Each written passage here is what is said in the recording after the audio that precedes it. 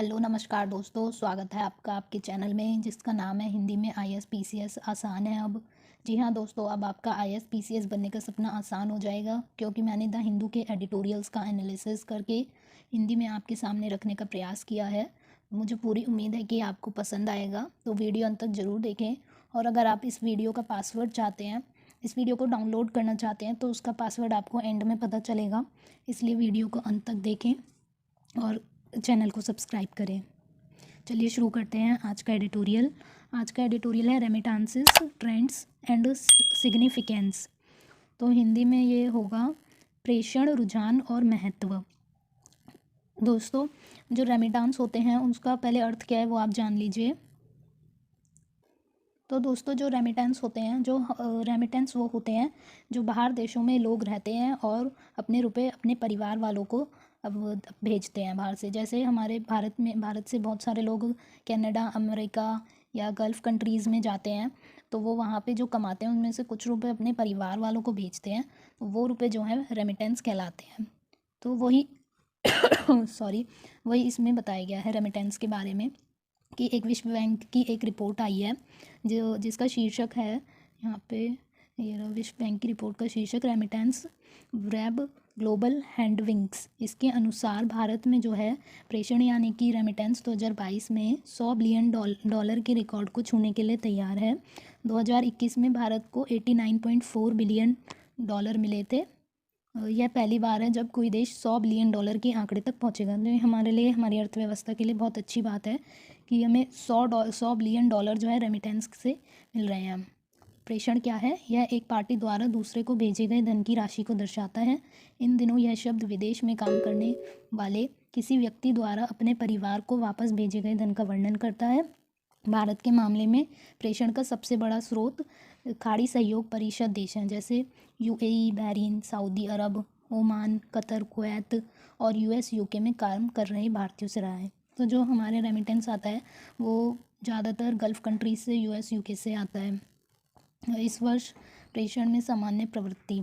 विश्व प्रेषण 2022 में 794 बिलियन डॉलर तक पहुंचने की उम्मीद की जा रही है, जो 2021 में 781 बिलियन डॉलर था और 2021 में 10.2% की तुलना में 4.9% की वृद्धि का प्रतिनिधित्व करता है, जो 2010 के बाद सबसे अधिक है। 794 अरब डॉलर में से 626 अरब डॉलर निम्न और मध्यम आय वाले देशों को गए हैं। प्रत्यक्ष विदेशी निवेश, आधिकारिक विकास सहायता और पोर्टफोलियो निवेश प्रवाह की तुलना में प्रेषण 2022 में एलएमआईसी का मतलब है लो मिडिल इनकम कंट्रीज़, जैसे कि हमारा इंडिया हो गया, के लिए बाहरी वित्त के एक बड़े स्रोत का प्रतिनिधित्व करते हैं।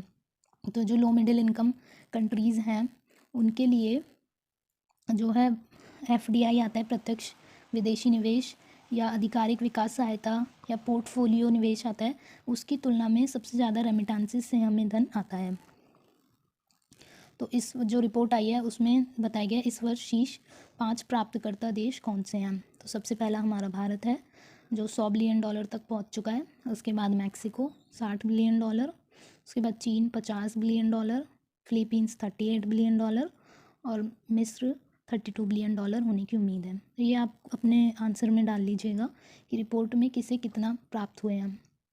प्रेषण में जो निरंतर वृद्धि हो रही है, जो हमारे रुपए बढ़ रहे हैं, उसका क्या कारण है वो देख लेते हैं। तो वर्ल्ड बैंक, विश्व बैंक के अनुसार जो है सबसे मुख्य कारण जो है उसमें एक महामारी प्रेरित बंदी और यात्रा व्यवधानों के बाद मेजबान देश की अर्थव्यवस्थाओं में विभिन्न विभिन्न क्षेत्रों का धीरे धीरे फिर से खुलना शुरू हुआ है। तो इससे क्या हुआ है, जो प्रवासी श्रमिक हैं उनकी आय और रोज़गार की स्थिति में सुधार हुआ है और फिर वो जब वहाँ पे काम करने जाएंगे, कमाएंगे, तो फिर वापस अपने यहाँ भी घर भी भेजेंगे ये रुपये। तो एक संबद्ध कारण महामारी के बाद कठिन पुनर्प्राप्ति चरण के दौरान प्रवासियों का अपने परिवारों को घर वापस लाने में मदद करने का दृढ़ संकल्प था। तो रिपोर्ट में क्या कहा गया है कि 2021 में, ये आप जो रिपोर्ट आई है इसको अपने आंसर में ज़रूर डालिएगा, हर एक पॉइंट्स देखिए ध्यान से, काफ़ी सारे फैक्ट्स हैं इसमें जो आपके आंसर को ऑथेंटिक बनाएंगे, तो इसे अच्छे से देख लीजिए। तो रिपोर्ट में कहा गया है कि 2021 में प्राप्त धन प्रेषण में, जो 2021 में हमें रेमिटेंस मिला था, उसमें 10.2% की वृद्धि हुई है, जब महामारी की पृष्ठभूमि के खिलाफ हमने लड़ाई की है। तो विशेष रूप से अमेरिका और यूरोप में लड़खड़ाती उच्च आय वाली अर्थव्यवस्थाओं को कम करने के लिए लागू किए गए प्रोत्साहन उपायों के लिए बहुत अधिक है, जिसने मदद की रोजगार के स्तर का समर्थन करने और प्रवासी श्रमिकों की आय बनाए रखने या बढ़ाने के लिए उन्हें घर पैसे भेजने में सक्षम बनाना। तो भारत के जो आवक प्रेषण प्रवाह का लचीलापन है वो क्या है? तो रिपोर्ट कहती है कि शीर्ष गंतव्य देश जो हैं और प्रवासियों द्वारा जो आयोजित नौकरियां होती हैं उनकी प्रकृति दोनों के संदर्भ में भारत की प्रेषण अर्थव्यवस्था में एक संरचनात्मक बदलाव लाती है। यह नोट करता है कि रेमिटांस को खाड़ी सहयोग परिषद जो गल्फ़ कंट्रीज़ हैं जैसे सऊदी अरब, ओमान, कतर, कुवैत, ये वाली गल्फ़ कंट्रीज़ कहलाती हैं। तो इन देशों में मोटे तौर पर कम कुशल अनौपचारिक रोजगार से उच्च आय वाले देशों में उच्च कुशल नौकरियों के प्रमुख हिस्से में भारतीय प्रवासियों के प्रमुख गंतव्यों में एक क्रमिक संरचनात्मक बदलाव से लाभ हुआ है। तो जो ये गल्फ़ कंट्रीज़ हैं इनमें कम कुशल और अनौपचारिक रोजगार जो होता है उससे उच्च आय वाले देशों में काफ़ी लाभ हुआ है। यूएस, यूके और पूर्वी एशिया इसका एक उदाहरण है। तो वास्तव में 2016-17 में और उसके बाद 2020-21 के बीच जो 4-5 साल का गैप हुआ है उसमें यूएस, यूके और सिंगापुर से जो रेमिटांस है वो 26 से बढ़कर 36% हो गया। 5 जीसीसी यानी गल्फ़ काउंसिल कंट्रीज़ देशों का हिस्सा 54% से गिरकर 28% हो गया और 2020-21 में 23% की हिस्सेदारी के साथ अमेरिका ने प्रेषण के लिए भारत के शीर्ष स्रोत देश के रूप में सऊदी अरब को पीछे छोड़ दिया। तो जो अमेरिका है उसने सऊदी अरब को पीछे छोड़ दिया है भारत में रेमिटांस के संबंध में। रिपोर्ट में कहा गया है कि अमेरिका और ब्रिटेन में भारत के 20% प्रवासियों के साथ योग्यता और गंतव्यों में संरचनात्मक बदलाव ने उच्च वेतन वाली नौकरियों विशेष रूप से सेवाओं से जुड़े प्रेषण में वृद्धि को गति दी है। तो जो अमेरिका, ब्रिटेन, यहाँ पे हमारे जो काम करने वाले लोग हैं बहुत हाई क्वालिफाइड लोग जाते हैं, उच्च वेतन पाते हैं, तो उससे हमें काफ़ी रेमिटांस में वृद्धि हुई है। इस महामारी के दौरान एक बड़ा अंतर बनाया जब उच्च आय वाले देशों में भारतीय प्रवासियों ने घर से काम किया और बड़े राजकोषीय प्रोत्साहन पैकेजों से लाभान्वित हुए, जबकि महामारी के बाद के चरण में मजदूरी वृद्धि और रिकॉर्ड उच्च रोजगार की स्थिति ने प्रेषण वृद्धि का समर्थन किया। उच्च मुद्रा स्थिति का चेहरा, तो ये रिपोर्ट में बताया गया है, आप देख लीजिएगा एक बार। जीसीसी देशों में भारतीय प्रवासियों को मुद्रास्फीति को कम करने के लिए सरकारों के प्रत्यक्ष समर्थन उपायों से लाभ हुआ है। तो जीसीसी जो देश हैं वहाँ पे मुद्रास्फीति को कम करने के लिए सरकारों को लाभ हुआ। अंत में रिपोर्ट में कहा गया है कि भारतीय प्रवासी जो हैं, जो हमारे इंडियंस लोग हैं, उन्होंने अपने प्रेषण को बढ़ाने के लिए अमेरिकी डॉलर की तुलना में भारतीय रुपये के मूल्य ह्रास का लाभ उठाया हो सकता है। यह जनवरी और सितंबर 2022 के बीच 10% तक गिर गया। अब प्रेषण का महत्व, जो रेमिटांस आता है उसका क्या महत्व है ये आप देख लीजिए।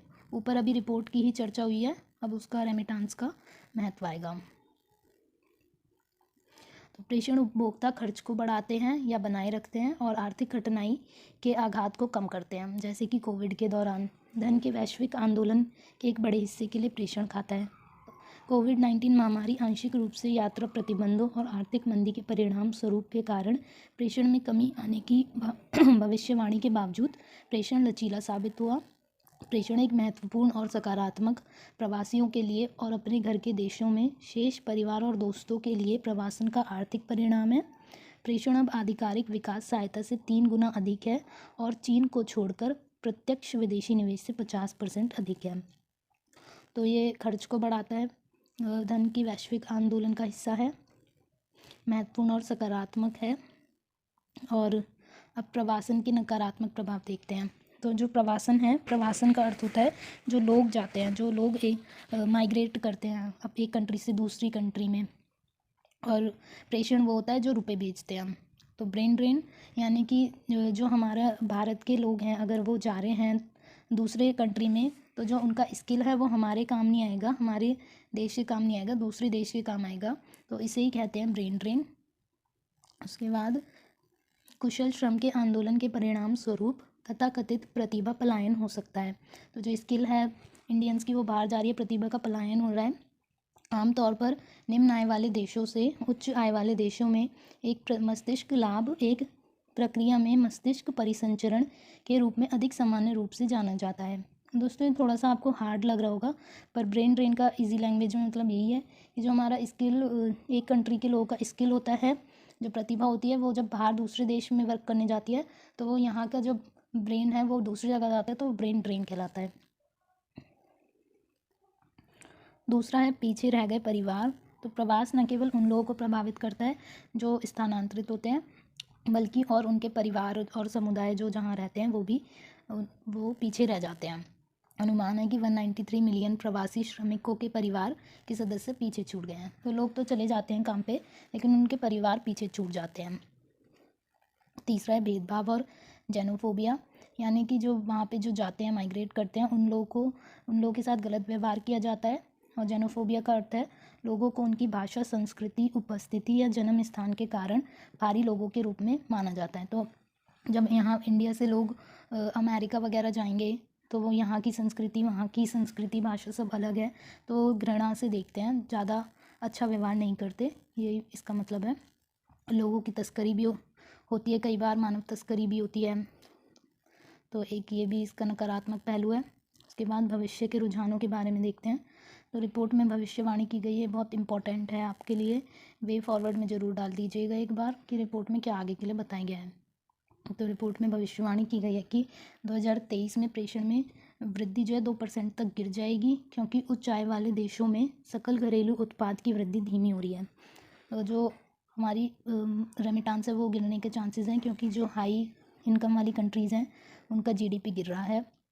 तो जीडीपी गिरेगा तो जॉब की जो वो तनख्वाह होती है उसमें भी कमी आएगी।